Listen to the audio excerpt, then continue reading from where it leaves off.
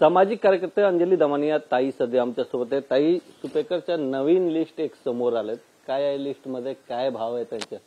काल अशी बातमी होती की एक जे गुन्हेगार होते जे आधी पुण्याच्या जेलमध्ये येरवडा जेलमध्ये होते त्यांना तिथून अमरावतीला हलवण्यात आलं आणि तिथे जाऊन सुपेकर त्यांना भेटले अशी माहिती आली होती।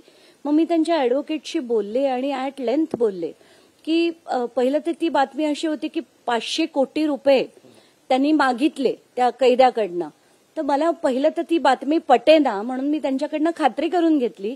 तर त्यांचं असं म्हणणं होतं की जेव्हा सुपेकर त्या कैद्याला भेटायला आले ते म्हणाले तुझ्याकडे 1,500 कोटीची तुझी संपत्ती आहे हे मला माहिती आहे, मग त्यातले जर 550-550 कोटी तू मला दिलेस तरच तू जेलमधनं बाहेर येशील, नाही तर इथे सडशील, अशी ही जी माहिती मिळाल्यानंतर मी त्याच्या पिटिशनची कॉपी मागून घेतली।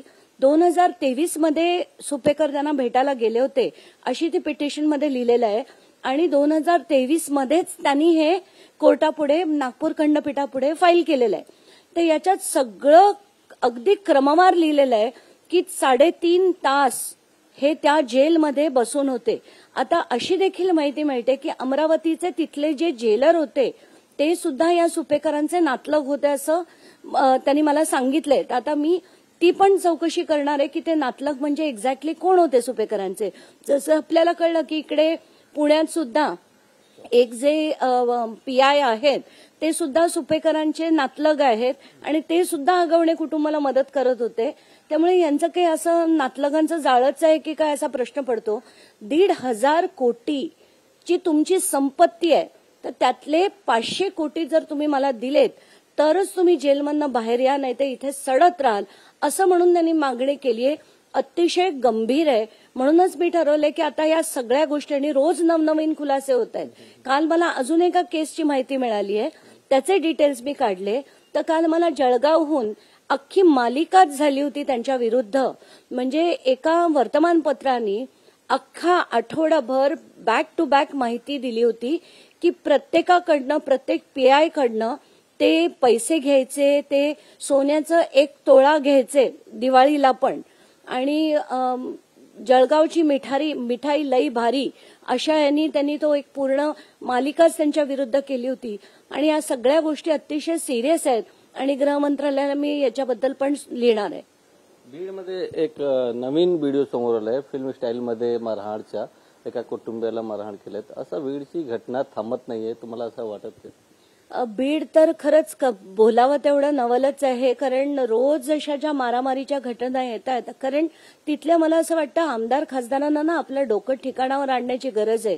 त्यांनी हे जे अमुक पाळलेले लोक आहेत, जसं कराडला धनंजय मुंडेंनी मोठं केलं, मला बरीचशी अशी माहिती येते। आता ही घटना जी आहे ती आष्टी तालुक्यात घडलेली आहे, म्हणजे नसांच्या परत कोणीतरी जवळचा असेल।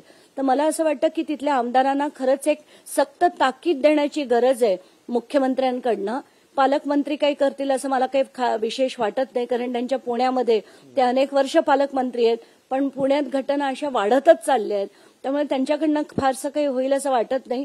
पण SP आणि कलेक्टर दोन्ही चांगले ऑफिसर्स आहेत, ते त्याच्यावर काहीतरी नक्कीच करतील असं वाटतं। निलेश चव्हाणला सस्त परवाना कसा मिळाला याच्यासाठी एक टीम तयार केली गेली आहे, त्याची चौकशी केली जाणार आहे काय? निलेश चव्हाणला जे आधी त्यांचा शस्त्र परवाना नाकारण्यात आला होता, त्यांच्यावर अनेक सिरियस ऑफेन्सेस असताना त्यांना हा शस्त्र परवाना कसा मिळाला, कारण त्याच्यात अनेक गुन्हे लपवून ठेवण्यात आले अशी माहिती मिळते। तर आत्ताच्या घटनेला मला असं वाटतं याचा सगळा खुलासा या पूर्ण चौकशीनंतर बाहेर येईल, यावा अशी अपेक्षा आहे। पुढे बघू काय होतं। शशांक हगवणे आणि लता हगवणेला आज खेड कोर्टात हजर करण्यात येणार, काय सांगाल? कारण JCB विक्री आणि फसवणूक प्रकरणामध्ये ते आता कसं झालं होतं की त्यांचा एक JCB एका माणसाने विकत घेतला, 5 लाख रुपये महिना तो त्याला देत देखील होता, आणि बाकीचे तर बँकेचे हफ्ते आहेत ते बँकेचे हफ्ते पण तो फेडत होता। असं असताना एका दिवशी येऊन तो JCB उचलून घेऊन गेले आणि तो बिचारा माणूस लढतोय गेले कित्येक तरी वर्ष। तर मला असं वाटतं ते आता खुलासा असा झालाय की बँकेने तो जप्त केलेलाच नव्हता, 3 खोटे व्यक्ती उभे करून त्यांनी तो JCB बँकेचे आहेत असं सांगून नेला। तर मला हे अतिशय सगळं धक्कादायक वाटतं। मला वाटतं ते कुटुंबच पूर्ण लोभी होतं आणि म्हणजे पैशाचं त्यांना खूपच हाव होती आणि त्यात ते कसे छळ म्हणजे त्यांनी वैष्णवीला कसं छळलं हे देखील आपण बघितलेलंच आहे. छगन भुजबळ यांनी नवा पासपोर्टसाठी पीएमएलए कोर्टात सध्या याचिका दाखल केल्या आहेत. कसं झालं की ते पूर्णच्या पूर्ण कुटुंब मला वाटतं 17 जण आत्ता बाहेर आहेत असं मी ऐकलं. तर त्याच्यात आधी कसं झालं त्यांचा पासपोर्ट हा ईडीमध्ये जमा होता. ईडीमध्ये ती आग लागली तर त्याच्यात तो थोडासा जळाला आणि थोडा भिजला गेला म्हणून त्यांना तो नवीन पासपोर्ट काढायला लागला.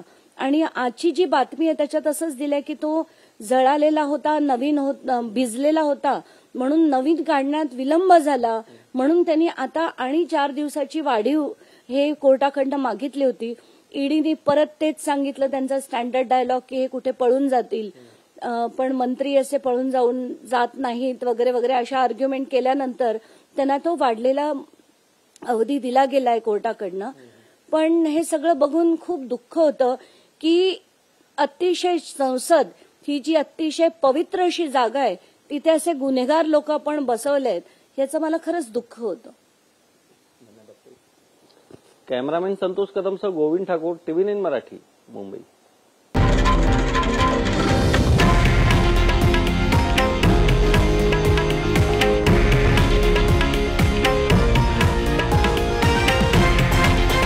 हे आहे देशातील नंबर 1 न्यूज नेटवर्क आणि आपण पाहत आहात TV9 मराठी, एकमेव.